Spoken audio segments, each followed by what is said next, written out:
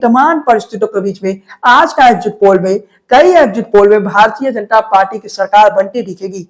Bharatiya Janata party की सरकार बनती दिखेगी तो कुछ एग्जिट पोलों में केजरीवाल को जो सीटें मिलेगी वो 35 से 45, यानी एग्जिट पोल हमने आपके लिए पहले से ही लिख कर दिया कि आज की एग्जिट पोल में दिखने क्या भला।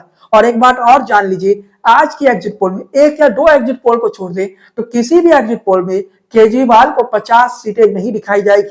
मतलब समझिए कि दिल्ली किस तरफ जाने वाला है। नमस्कार साथियों, आप सभी का इंडी टॉक पर स्वागत है। मैं हूं शशिकांत कुमार। इस समय जब वीडियो आपके बीच में आया तो उस समय दिल्ली में विधानसभा का चुनाव यानी वोटिंग चल रहा है। आज शाम को एग्जिट पोल आने वाला है। एग्जिट पोल कितना एग्जिट होगा ये जानना भी बेहद जरूरी। दिल्ली विधानसभा चुनाव के पिछले 3 विधानसभा चुनाव को हम देखें तो एग्जिट पोल 2 विधानसभा चुनाव में बिल्कुल सटीक साबित हुआ था, 2015 और 2020 में। बिहार की जब जिक्र होती है तो बिहार में लगातार एग्जिट पोल गलत होता है, लेकिन दिल्ली में 3 विधानसभा चुनाव में 2 विधानसभा में एग्जिट पोल बिल्कुल सही चल रहा था, बिल्कुल सटीक साबित हुआ। लेकिन उस दौर में एक लहर चल रहा था, एक वेव चल रहा था, वो अरविंद केजरीवाल का। लेकिन आज की तारीख में कोई लहर नहीं है। आज के तारीख में आप कह सकते हैं कि साइलेंट लहर हो सकता है, लेकिन सामने जो प्रत्यक्ष तौर पर दिखना चाहिए और उस प्रकार का कोई लहर आज के तारीख में नहीं चल रहा है। दिल्ली में दिल्ली के वोटरों के दिमाग में इस समय कहीं ना कहीं एक पक्ष में जाते नहीं दिख रहा है। दिल्ली में त्रिकोणीय चुनाव होते दिख रहा है। 1952 में दिल्ली को पहला मुख्यमंत्री कांग्रेस पार्टी ने ही दिया था। बाद करीब 41 साल तक दिल्ली में कोई चुनाव नहीं हुआ। 41 सालों के बाद 1993 में चुनाव होता है। 1993 के चुनाव में भारतीय जनता पार्टी चुनाव जीतती, मदन लाल खुराना को भाजपा मुख्यमंत्री बनाती। उसी कार्यकाल में भारतीय जनता पार्टी 5 साल के कार्यकाल में, जिसमें दिल्ली की जनता ने भारतीय जनता पार्टी को 52 सीटें दी थी, उसके बावजूद भी उस 5 साल के कार्यकाल में भारतीय जनता पार्टी ने 3 मुख्यमंत्री दिया। उसके बाद बारी आता है 1998, उसके बाद शीला दीक्षित और अब अरविंद केजरीवाल। उसके बाद केजरीवाल ने इस्तीफा दिया, आरटीसी वर्तमान में दिल्ली के मुख्यमंत्री। इन तमाम परिस्थितियों को हम जब दिल्ली की बैकग्राउंड दिखाते हैं, दिल्ली की सियासत के बैकग्राउंड, दिल्ली की राजनीति के बैकग्राउंड में दिखाना चाहता हूं। सबसे पहले आपको वोट शेयर दिखा देता हूं। 2013 में दिल्ली का वोट शेयर, दिल्ली की सियासत में क्या हुआ था। वैसे एग्जिट पोल दिल्ली में 2015 और 2020 में सटीक हुआ। इन तमाम परिस्थितियों को मैं दिखाता हूं 2013 का चुनाव, जब सारे exit poll Bharatiya Janata party की सरकार बनाने की दावे कर रही थी। उस वक्त अरविंद केजरीवाल का एंट्री होता है जो सरप्राइज रहता है। उस वक्त की तस्वीर को थोड़ा देखिए। 2013 विधानसभा चुनाव में आम आदमी पार्टी ने 28 सीटें जीता, वोट शेयर लगभग 30%। भारतीय जनता पार्टी ने 31 सीटें दिया, जीता, vote share 33%। Indian national Congress party ने 8 सीटें, वोट शेयर 24% था। लेकिन यहाँ पर एक तस्वीर को थोड़ा विस्तार से मैं समझाना चाहता हूं कि 2013 में जो वोट शेयर का अंतर भारतीय जनता पार्टी और अरविंद केजरीवाल में 4% का था, वो मार्जिन 2015 आते आते बदल जाता है। लेकिन उससे पहले साथियों मैं 2008 का उदाहरण दे देता हूं। 2008 में कांग्रेस पार्टी ने 43 सीटें जीता और वोट शेयर कितना था कांग्रेस पार्टी का, लगभग 41%। लेकिन अरविंद केजरीवाल ने दोनों ही बात, जो अरविंद केजरीवाल का लहर चल रहा था, उस पीक अरविंद केजरीवाल जब पीक पर थे उस दौरान अरविंद केजरीवाल ने 50% से ज्यादा वोट शेयर लेके आए। लेकिन तमाम परिस्थितियों को थोड़ा ध्यान से देखिए, थोड़ा इस परिस्थिति को ध्यान से समझने की कोशिश कीजिए, क्योंकि दिल्ली की राजनीति किस मोड़ पर खड़ा है। क्योंकि आज इस समय वोटिंग चल रही है। इस समय हम आपको कोई सीटों का आंकड़ा नहीं दे रहे, इस समय हम सीटों का आंकड़ा नहीं दे पाएंगे, लेकिन शाम को हम सीटों का आंकड़ा भी देंगे। लेकिन आज की तारीख में इस वक्त मैं बता देना चाहता हूं, अरविंद केजरीवाल जिस विधानसभा सीट से लड़ रहे हैं ना, वहां मुकाबला बहुत कांटे का है, मुकाबला कांटे का है। और जीत और हार का जो मार्जिन रहेगा ना, वो 5 से 6 हजार का रहेगा, मतलब ज्यादा नहीं रहेगा।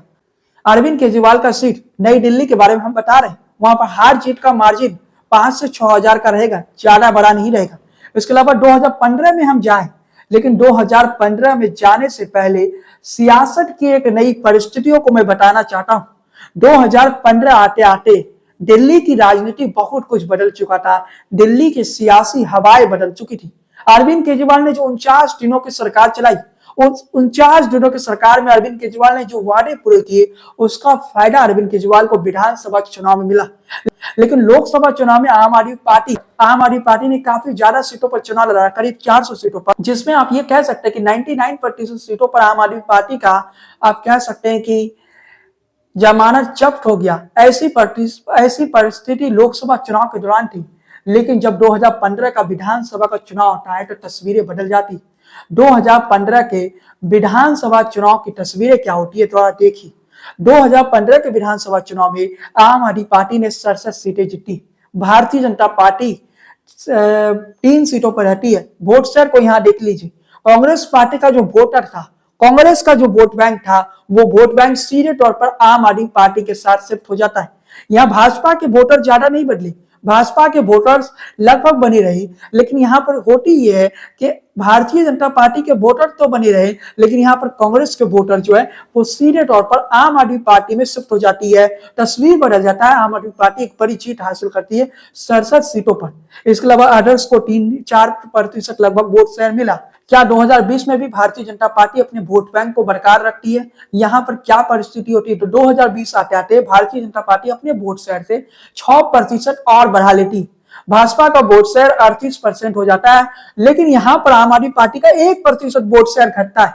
आम आदमी पार्टी को 1% वोट शेयर का नुकसान होता है। 53.57%, यानी लगभग 54% रहता है। 62 सीटें आम आदमी पार्टी जीतता है, भारतीय जनता पार्टी 8 सीटें जीतता है। यहाँ भी जो अदर्स के वोटर्स थे, जो अदर्स आप निर्दलीय कह सकते हैं या अदर्स छोटी पार्टियों को कह सकते हैं, वहां पर लगभग 4% रहा। लेकिन वहीं पर कांग्रेस पार्टी की बात करें तो कांग्रेस पार्टी का भी लगभग 5% वोट शेयर रहा। 4.26% था। मतलब इन तमाम परिस्थितियों के बीच में, इन तमाम कहानियों के बीच में एक कहानी देखने को मिली कि 2013 में अरविंद केजरीवाल की सियासत में एंट्री होती है। 13 में जब अरविंद केजरीवाल का सियासत में एंट्री होती है तो अरविंद केजरीवाल किसके वोट खाते? अरविंद केजरीवाल किसके वोट खाते? तो अरविंद केजरीवाल कांग्रेस के वोट खाते। लेकिन इस बार 2025 में कांग्रेस पार्टी ने अपनी पूरी ताकत झोंक दी। कांग्रेस पार्टी ने अपनी पूरी शक्ति लगा दी अरविंद केजरीवाल को रोकने के लिए। 2025 में कांग्रेस पार्टी ने यह तय कर लिया, हम चुनाव हार जाए तो हार जाए, लेकिन अरविंद केजरीवाल चुनाव ना जीते। यूं कहिए कि राजनीति में 2 प्रकार के गठबंधन होती है, एक प्रत्यक्ष तौर पर, एक अप्रत्यक्ष तौर पर। इस समय भाजपा और कांग्रेस के बीच कुछ ऐसी ही गठबंधन चल रही। कांग्रेस ये जानती है कि कांग्रेस पार्टी अरविंद केजरीवाल के वोट शेयर को काटेगी तो सीधे तौर पर भारतीय जनता पार्टी को बेनिफिट होगा। कांग्रेस दिल्ली में उस हालात में रही है कि कांग्रेस पार्टी दिल्ली में अपने दम पर सरकार बना ले। लेकिन कांग्रेस ये भी नहीं करना चाहती है कि दिल्ली में अरविंद केजरीवाल एक बार फिर से ऐतिहासिक जीत की ओर बढ़े। वोटरों के मन में भी कहीं ना कहीं सवाल है, खासकर मुस्लिम समाज में। मुस्लिम वोटर्स दिल्ली में 12.9% है।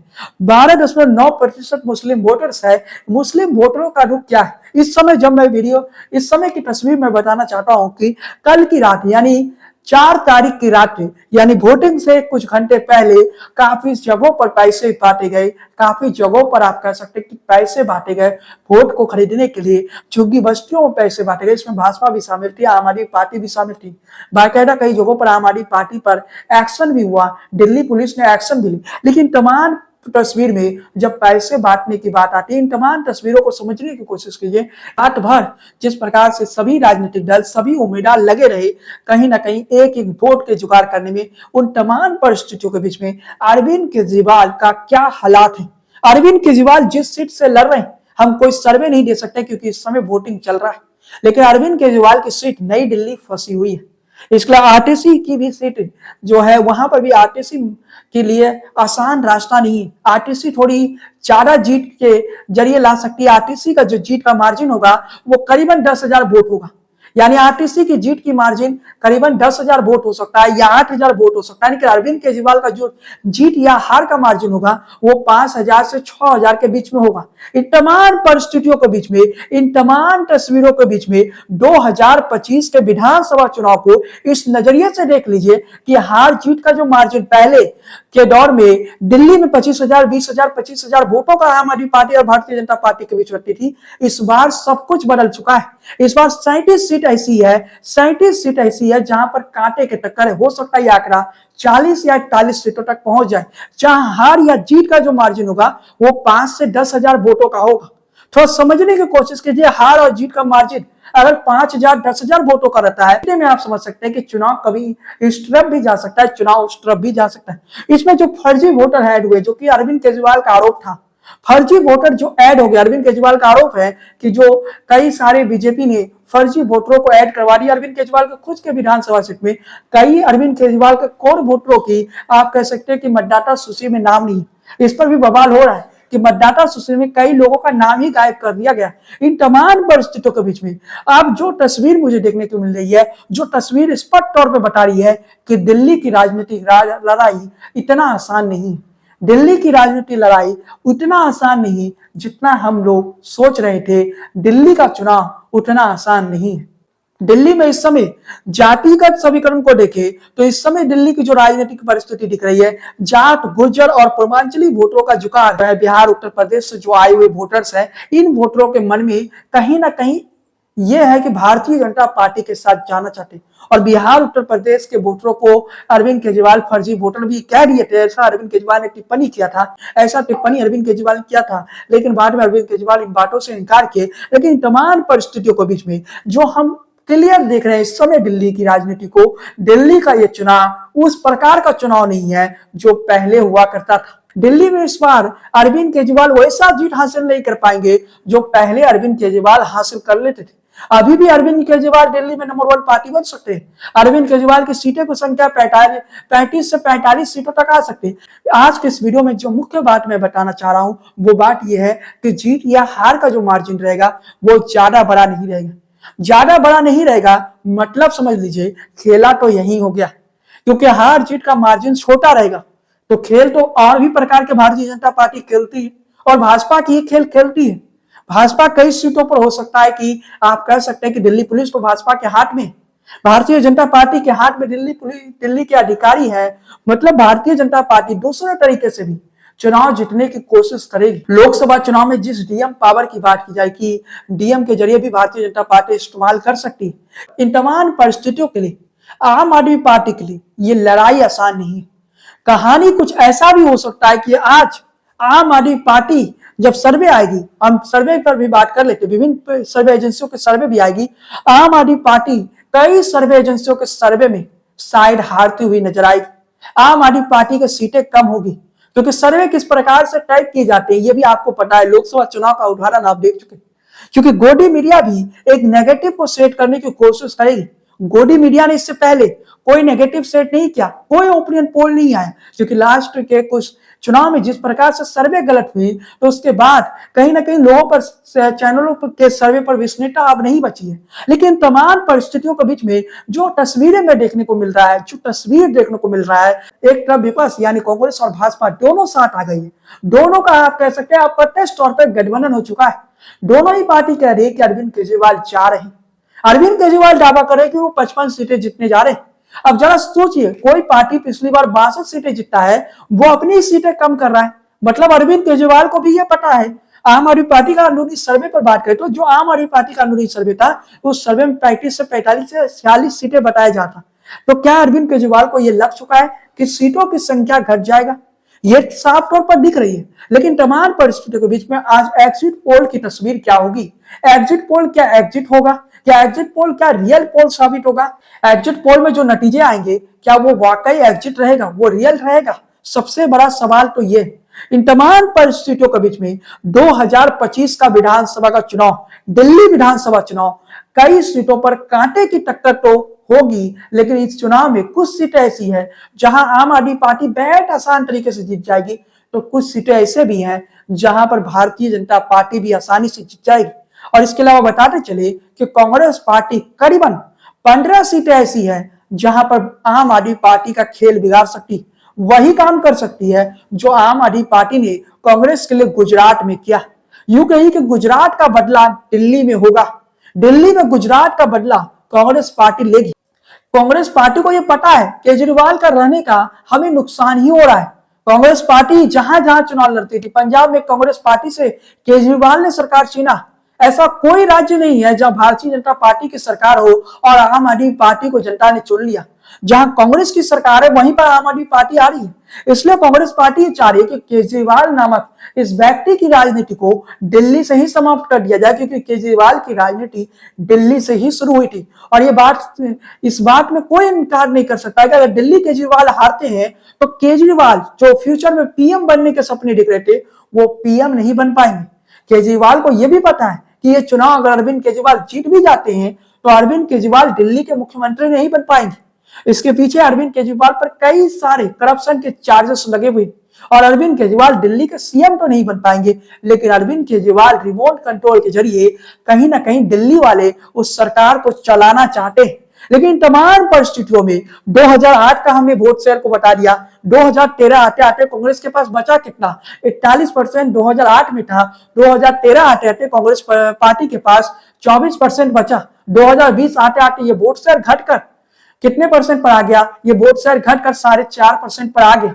लेकिन भारतीय जनता पार्टी ने इंक्रीज ही किया है। 2013 की भारतीय जनता पार्टी को वोट शेयर को देखे तो भाजपा के 33% वोट शेयर था, 2015 में भाजपा ने 32% वोट शेयर लाया, 2020 में भारतीय जनता पार्टी 6% आप कह सकते हैं वोट शेयर को बढ़ा लिया। 2025 क्या बता रहा है, 2025 क्या होने जा रहा है, भारतीय जनता पार्टी क्या अपना वोट शेयर बढ़ाएगी? तो मैं कहना चाहता हूं इस बार भाजपा वोट शेयर भी बढ़ाएगी। हो सकता है भाजपा का वोट शेयर पहले से 2 या 3% बढ़ जाए। इस बार Bharatiya Janata party vote share ही नहीं बढ़ाएगी बल्कि सीटों का जो आकलन होगा वो भी बढ़ेगा। इस बार भारतीय जनता पार्टी को 8 सीटें नहीं आ सकती है बल्कि 10 या 15 सीटें, ज्यादा से ज्यादा 20 सीटें आएगी।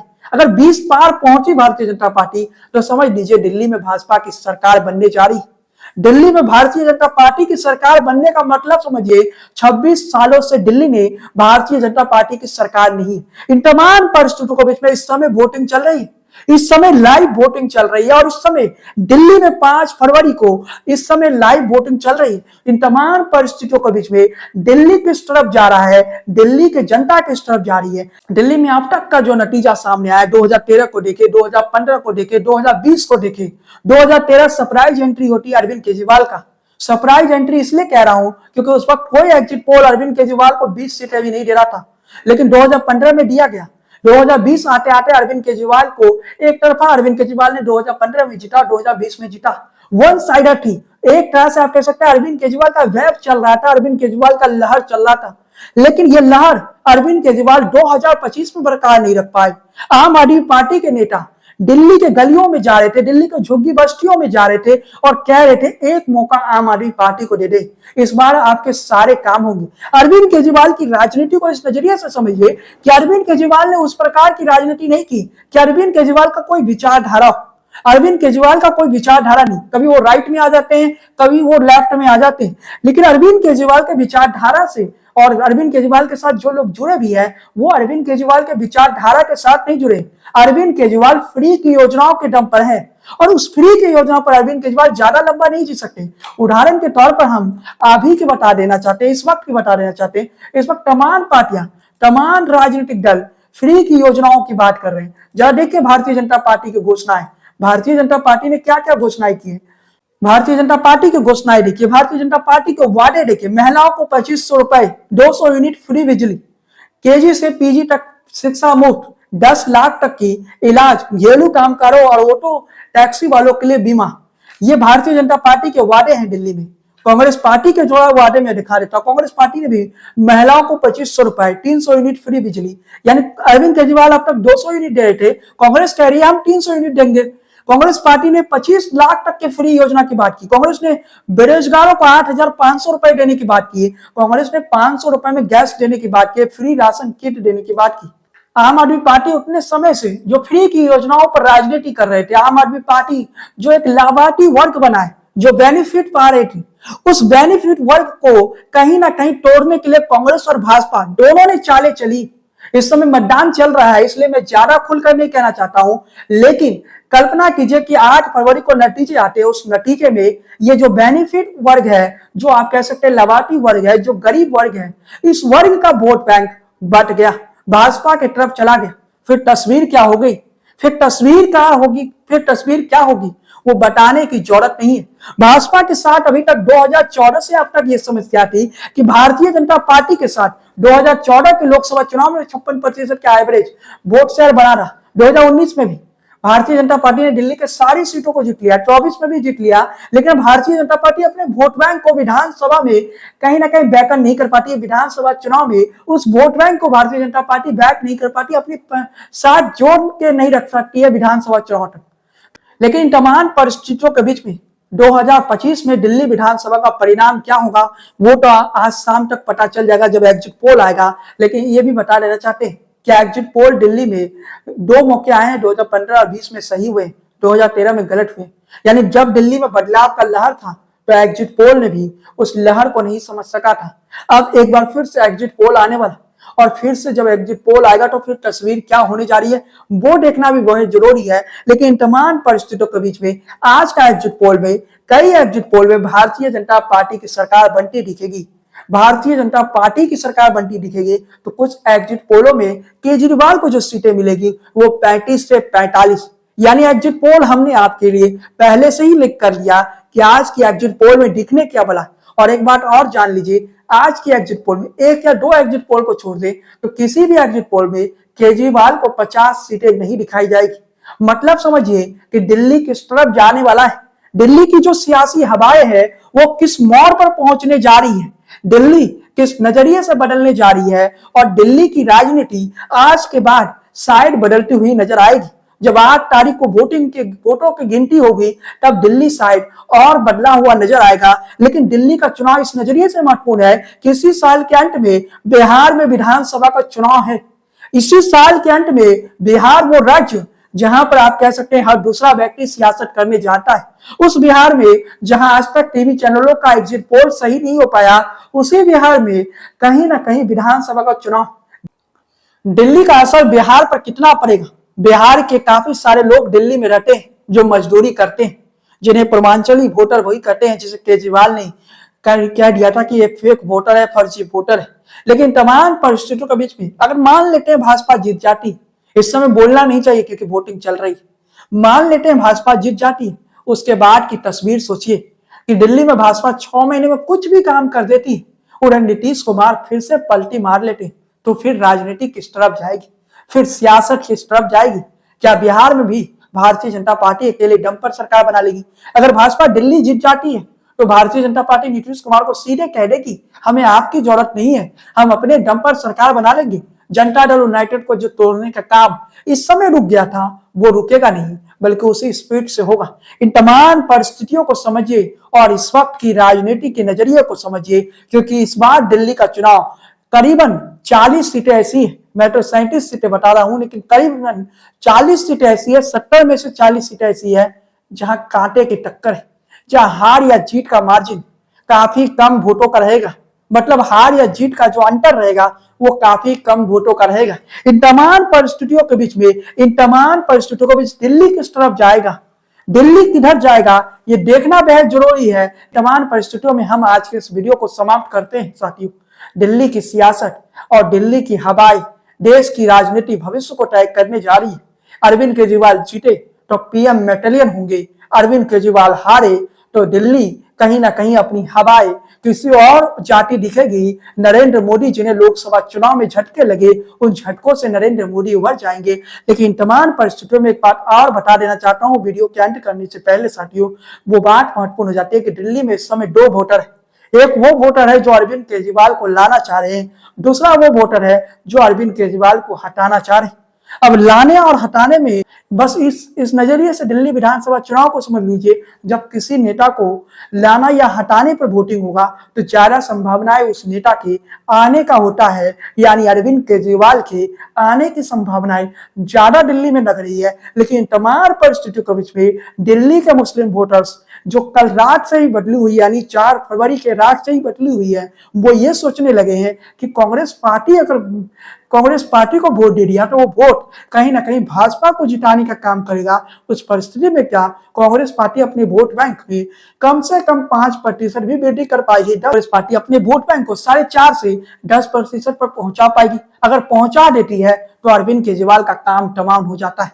चलिए साथियों, आज के इस वीडियो को हम यही समाप्त करते हैं। शाम को मिलते हैं एग्जिट पोल के साथ, जब देश की राजधानी दिल्ली की एग्जिट पोल आएगा कि दिल्ली की सत्ता किस मोड़ पर खड़ा है। लेकिन इस वीडियो में हम उम्मीद करते हैं कि तमाम विषय जो आपसे जुड़े विषय थे, दिल्ली चुनाव से जुड़े विषय थे, उसे हमने कवर करने की कोशिश किया। सीटों के बारे में हमने विस्तार से कुछ कहना उचित नहीं समझा, क्योंकि इस समय दिल्ली में मतदान चल रही है। जैसे ही मतदान समाप्त होगी 6:30 बजे के बाद एग्जिट पोल आएगा, लगभग 7 बजे मैं लाइव आ जाऊंगा या फिर वीडियो रिकॉर्ड करके आ जाएगा, जिसमें भी दिल्ली की सीटें बताऊंगा। लेकिन चलिए साथियों, आज के इस वीडियो में बस इतना ही। चैनल पर पहली बार आए तो सब्सक्राइब वाला बटन दबा दीजिए, बेल आइकन की घंटी को बजाना बिल्कुल ना भूलिए, फेसबुक पेज को फॉलो कीजिए, लाइक कीजिए। बने रहिए इन टॉक के साथ। जय हिंद, वंदे मातरम।